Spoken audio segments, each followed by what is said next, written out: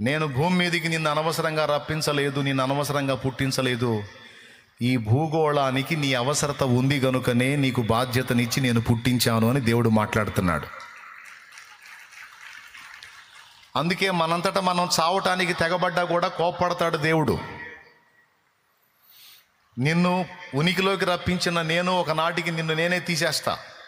నీ బాధ్యతలు నువ్వు నెరవేర్చినప్పుడు, నీ పని సంపూర్తి అయినప్పుడు. అప్పటిదాకా నువ్వు చావాలని ఆలోచించొద్దు. ఎన్ని బాధలైనా, ఎన్ని కష్టాలైనా, ఎన్ని పోరాటాలైనా, ఎన్ని నిందలైనా, ఎన్ని అవమానాలైనా, ఎంత వేదనైనా నువ్వు భరించాల్సిందే. కానీ నీ ప్రాణాన్ని నువ్వు తీసుకోవడానికి వీల్లేదు. ఎప్పుడు కూడా నేను చావాలి, చస్తాను, చచ్చిపోవాలి అనే పదాలు నువ్వు వాడొద్దు.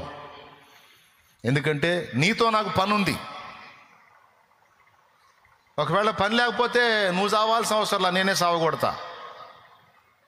హలో, ఏం టెన్షన్ పడొద్దు. నీతో పనేం లేదనుకో, నాకు ఇంకా వేస్ట్ అనుకో. ఎందుకు భూమి మీద బరువు దండగా తీసేస్తా. నిన్ను లేపేయటం పెద్ద షాకిరా అయింది నాకు. అట్టంటే అయిపోతావు నువ్వు. నడుస్తూనే బోర్ల పడతావు, కూర్చొని బోర్ల పడతావు, లేకపోతే పడకలోనే గుట్టుకుమంటావు. ఎంతసేపు నిన్ను తీయటం నాకేం పెద్ద షాకిరా అయింది. కానీ నీ బాధ్యతలు ఉన్నాయి కనుకనే నిన్ను బతకనిస్తున్నా. ఇన్ని బాధలు నీ చుట్టుముట్టినా కూడా నిన్ను నేను పరీక్షించి చూస్తున్నా.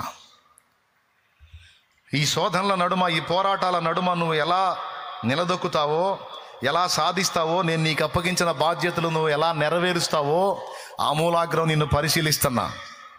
మళ్ళీ నా కుమారుడి గురించి నీకు చూపిస్తున్నా, మాట్లాడుతున్నా.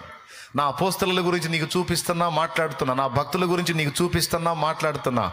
ఇదిగో నా చిత్తమును నెరవేర్చడానికి, నేను అప్పగించిన బాధ్యతలు నెరవేర్చడానికి ఎన్ని బాధలు పడ్డారో, ఎన్ని అవమానాలు పడ్డారో, ఎన్ని నిందలు మోసారో, ఎన్ని కష్టాలు పడ్డారో, ఎన్ని కన్నీళ్లు గార్చారో. అయినా పిరికి పందల్లాగా, దద్దమ్మల్లాగా చావాలనుకోలేదు, చావు కోరలేదు. ఏటికి ఎదిరిది పోరాడి గెలిచి నిలిచి నేను అప్పగించిన బాధ్యతలు నెరవేర్చి వీరులయ్యారు నా బిడ్డలు. నీవు కూడా అలా కావాలి. పిరికి పంద, దద్దమ్మ, చావాలనుకుంటున్నావా? దద్దమ్మ, చేతగాని దద్దమ్మ, పిరికి పంద, ఛీ అంటాడు దేవుడు. చావాలనుకుంటున్నావా? భయపడుతున్నావా? పిరికి గుండె, రోషం లేదు నీకు. ఏటికి ఎదిరిదాలి, పోరాడి గెలవాలి. నా ప్రాణం తీసుకోమని అడుగుతున్నావా? నా ప్రాణం తీసుకోమని అడుగుతున్నావా? చేతగాని వాడవయ్యావా, చేతగాని దానివయ్యావా అని అడుగుతాడు ఆయన.